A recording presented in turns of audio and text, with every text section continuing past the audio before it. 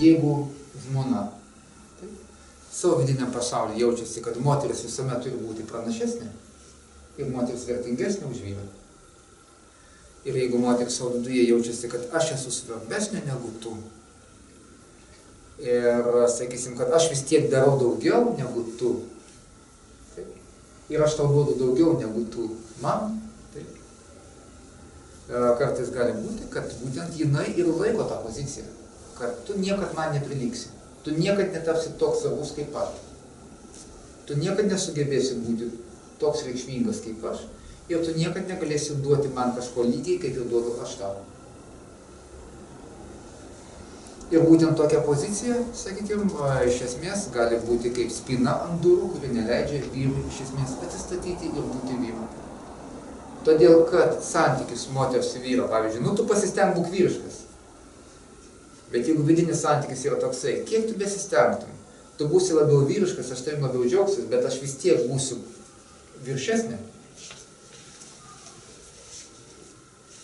Tada gaunasi kas? Padaryk kažką, bet aš vis tiek būsiu pranašesnė. Tai yra vidinis santykis. Sakykime, ir būtent šitas santykis verčia kartais vyrus nuleisti rankas ir ne visai nebesistengti likti vaikais. Todėl, kad gaunasi kas?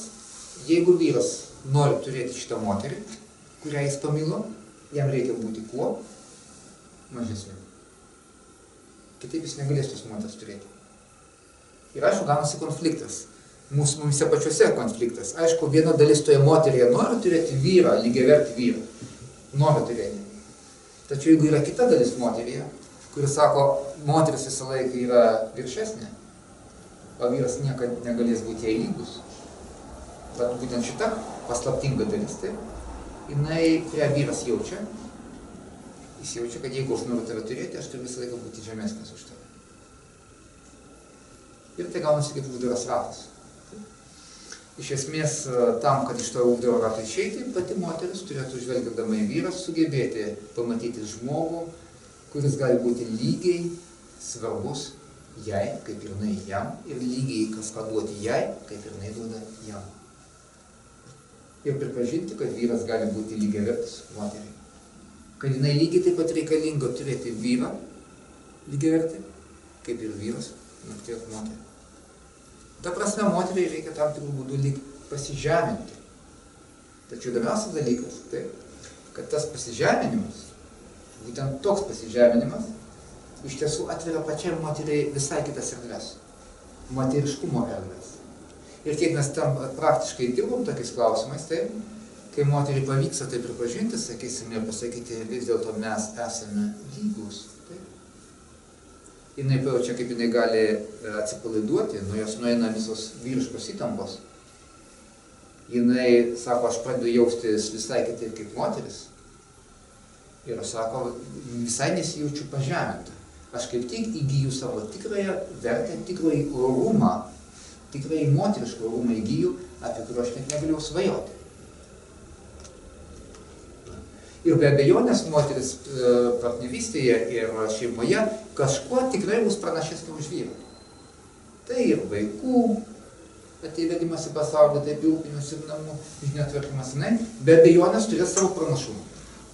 Tačiau vyras su savo tuo potencialu, kurį jis atneša į šeimą, savo tą dvasę, savo energiją, kurį jis atneša kažką tokio, ko negali atnešti moteris.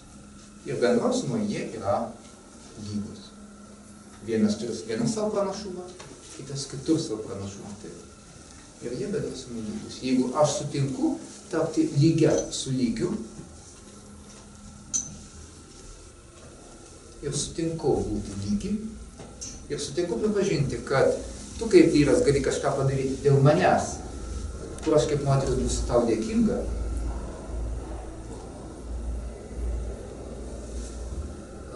ir čia tame tu būsi galbūt netgi pranašesnis už mane, o aš būsiu pranašesnė kažkokiu kitu, bet bendros mes būsim lygus.